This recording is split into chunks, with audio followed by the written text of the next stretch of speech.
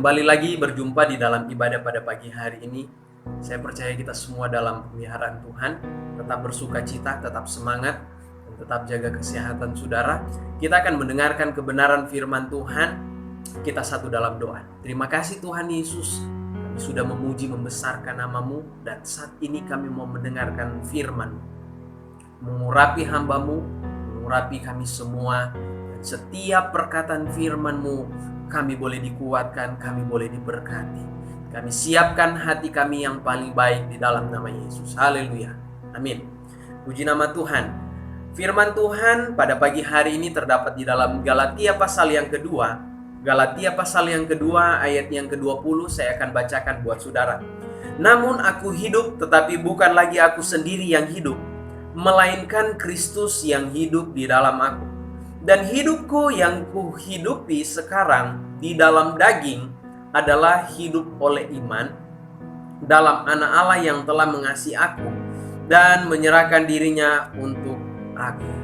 Saudara yang dikasihi di dalam Tuhan, karena kasih karunialah yang memampukan kita untuk kita dapat berkata, hidup bukannya aku lagi, melainkan Kristus di dalam aku. Kenapa saya katakan? Karena kasih karunia yang memampukan kita untuk kita dapat berkata, hidup bukannya aku lagi, melainkan Kristus di dalam aku.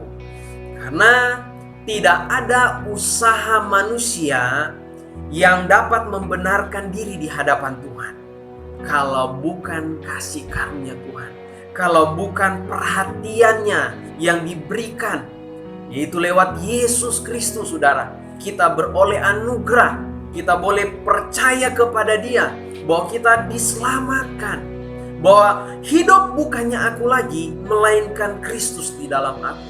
Hanya kasih karunia yang memampukan kita. Kenapa?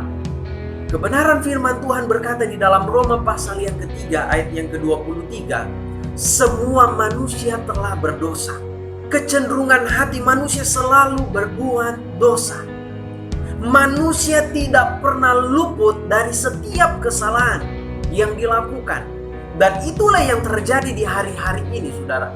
Tidak ada satu usaha manusia yang dapat membenarkan diri di hadapan Allah kalau bukan kasih karunia Tuhan.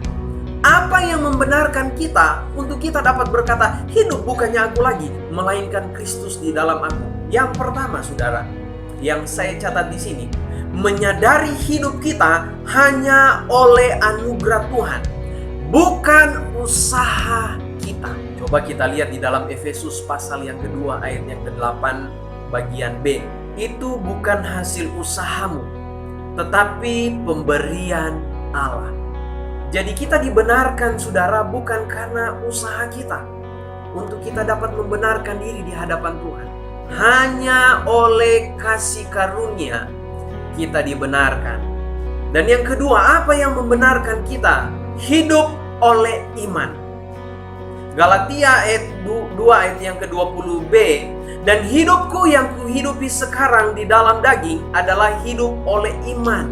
Yang saya catat di sini, punya keyakinan yang kokoh, tidak terpengaruh dengan segala kondisi yang ada. Ketika Nuh membangun bahtera itu, bahwa Tuhan akan menurunkan air bah, karena pada waktu itu manusia hidupnya penuh dengan kejahatan.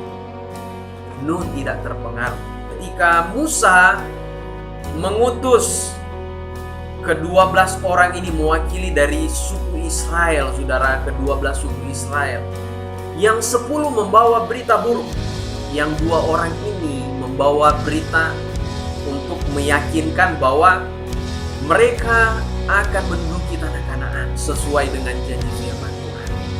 Mereka tidak terpengaruh, mereka punya keyakinan yang kokoh. 10 orang membawa berita buruk bahwa sangat tidak mungkin untuk mereka mengalahkan, saudara, orang Kanaan, orang-orang raksasa, kata firman Tuhan.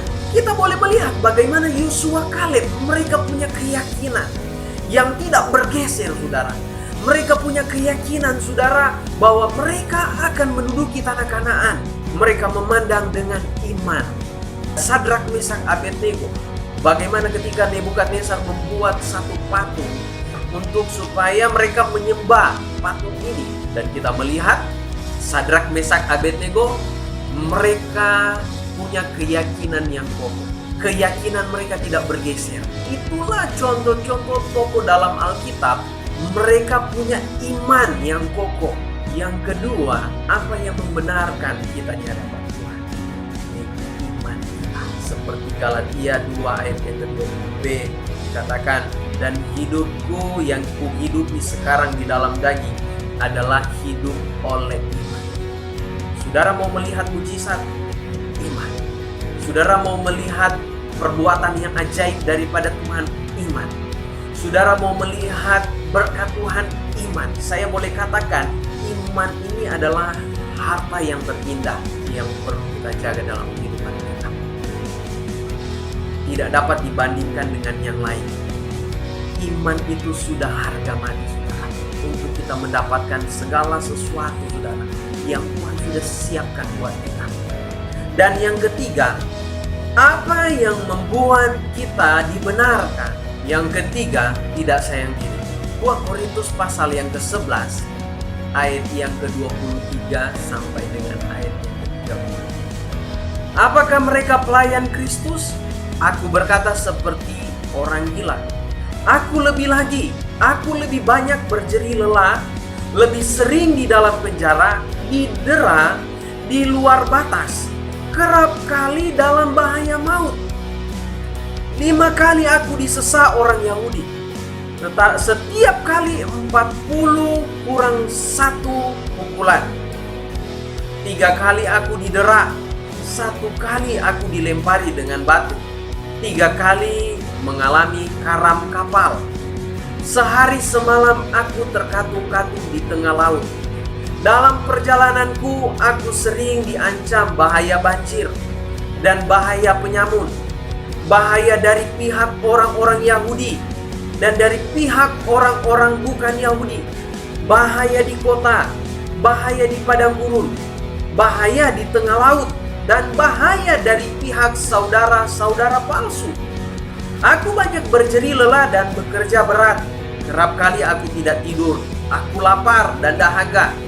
Kerap kali aku berpuasa, kedinginan dan tanpa pakaian, dan dengan tidak menyebut banyak hal lain lagi. Urusanku sehari-hari yaitu memelihara semua jemaat-jemaat. Jika ada orang merasa lemah, tidakkah aku turut merasa lemah? Jika ada orang tersandung, tidakkah hatiku hancur oleh duka cita? Jika aku harus bermegah, maka aku akan bermegah atas kelemahanku. Nah ini saudara, poin yang ketiga, tidak sayang diri saudara. Pergumulan yang dihadapi oleh Rasul Paulus. Dia banyak mengalami penderitaan saudara yang sudah kita baca yang disampaikan oleh Rasul Paulus. Tetapi pada ayat yang ke-30 saudara, dia berkata bahwa jika katanya dia bermegah, dikatakan di situ, maka aku akan bermegah atas kelemahanku. Bukan kekayaan yang dia megahkan saudara, bukan segala kecapaian yang dimegahkan oleh Rasul Paulus saudara. Dan Rasul Paulus pernah berkata bahwa kalaupun dia akan membanggakan diri saudara, dia boleh bermegah diri saudara dengan segala kecapaian. Dengan kita tahu bahwa Rasul Paulus ini adalah seorang ahli Taurat saudara. Dia tahu tentang kitab, seorang yang juga terpandang. Tetapi dia katakan bahwa aku melupakan apa yang ada di belakangku dan mengarahkan apa yang di depanku. Kalaupun aku bermegah dalam kelemahanku, dalam penderitaan, dalam pergumulan saudara, sakit penyakit saudara. Dia berkata, hidupku bukannya aku lagi, melainkan Kristus di dalam aku. Saudara, kalau kita sudah sampai kepada tahap ini saudara, itu pun hanya kasih karunia Tuhan. Amin. Kita tidak lagi sayang diri dalam kehidupan kita, bahwa hari-hari ini yang kita hadapi, kita serahkan kepada Tuhan, bahwa hidupku bukannya aku lagi, melainkan Kristus di dalam aku. Itulah yang akan membuat kita terus bersemangat di dalam kita mengiring akan Tuhan. Mau apapun datang saudara, kita tetap bersemangat, sebab hidup bukan kita lagi, melainkan Kristus di dalam kita. Puji nama Tuhan. Demikian kebenaran firman Tuhan. Saya percaya firman Tuhan kembali lagi boleh menguatkan kita bahwa hidup ini bukannya aku lagi, melainkan Kristus di dalam aku. Kita satu dalam doa. Bapa yang ada dalam kerajaan sorga, kami bersyukur buat kebenaran firman-Mu yang boleh menguatkan kami bahwa hidup ini bukannya aku lagi, bukan kitanya lagi Tuhan, tetapi Engkau yang di dalam kami. Kami berdoa untuk umat-umat Tuhan yang sudah mengikuti persekutuan ibadah pada pagi hari ini. Tuhan kiranya terus menguatkan iman percaya kami semua. Hamba-Mu berdoa juga Tuhan untuk segala aktivitas yang akan dikerjakan di minggu yang akan berjalan. Tuhan menolong, Tuhan memberkati, campur tangan buat semuanya berhasil.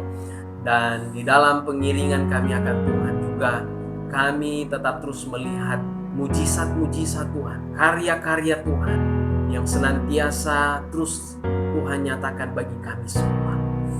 Kami juga berdoa Tuhan untuk bangsa dan negara kami, biarlah kemuliaan Tuhan dinyatakan. Akhirnya saudara-saudara, terimalah berkat daripada Tuhan kita Yesus Kristus. Persekutuan Allah Roh Kudus senantiasa menyertai kita, mulai saat ini sampai Maranatha Tuhan datang kalian berdua. Di dalam nama Yesus kami sudah berdoa. Haleluya. Amin. Puji Tuhan. Tuhan Yesus memberkati kita semua. Selamat hari ini.